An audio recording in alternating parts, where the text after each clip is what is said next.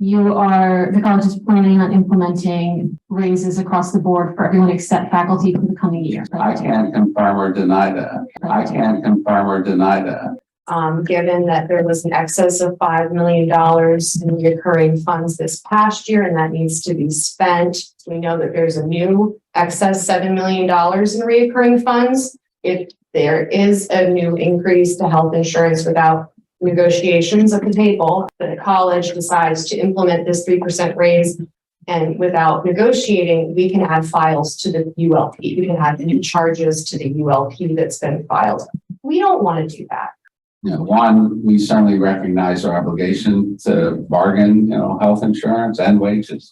We haven't received any counters in regards to health insurance or compensations. How much do the employees pay for their health insurance? That's what we have the ability to negotiate. So we need to have that discussion at this table before it is voted upon at any board meeting.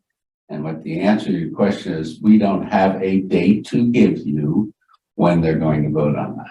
But last August, they did vote on that at the board meeting. They set it in place for like 2 years. Mm-hmm. And you were supposed to negotiate it with us. Even if it was 50-50, 75-25, whatever it is, you are empowered to do that. The board is empowered to do that. They're just refusing to actually provide a counter proposal on this. Year 2 of increase is, and you have not brought one thing to the table. At the break, I'll be glad to scribble it out on my yellow pad. Our offer is the only reasonable way to proceed is for UFF to have the same plan as the rest of the college. So when are we going to see a counter proposal on raises for both this past year and the coming fiscal year, which the board is clearly moving on? We are considering and looking at getting data to ensure that we are competitive and that our raises are competitive. Full-time faculty at SPC are underpaid 9 to 15%. You have the data. The college is planning on implementing raises across the board for everyone except faculty for the coming year. I can't confirm or deny that. Until we see proposals on the table,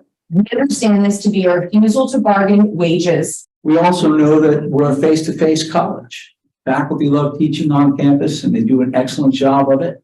And while it might be easy to just assign online class sections for faculty, it might not be appropriate. So we are proposing that we have 15 hours for instruction on campus. That's which would normally cause a class to be canceled, may be prorated for reduced DCH. Supplemental adjunct sections may be transferred to the faculty member of the college in place of reduced DCH, 10 hours for office hours, and then 5 hours for service hours.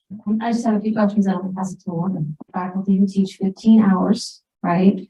If they teach online, they subtract 3 hours per class online. So in the future, that will not be possible. That's correct. Am I to understand that when a faculty member substitutes for somebody else, they're not going to get paid for that? Correct. Correct. And my teaching of that class would not be paid for. Correct.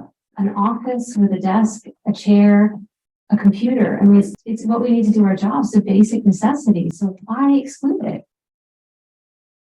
It's not the intention to change what we've been doing.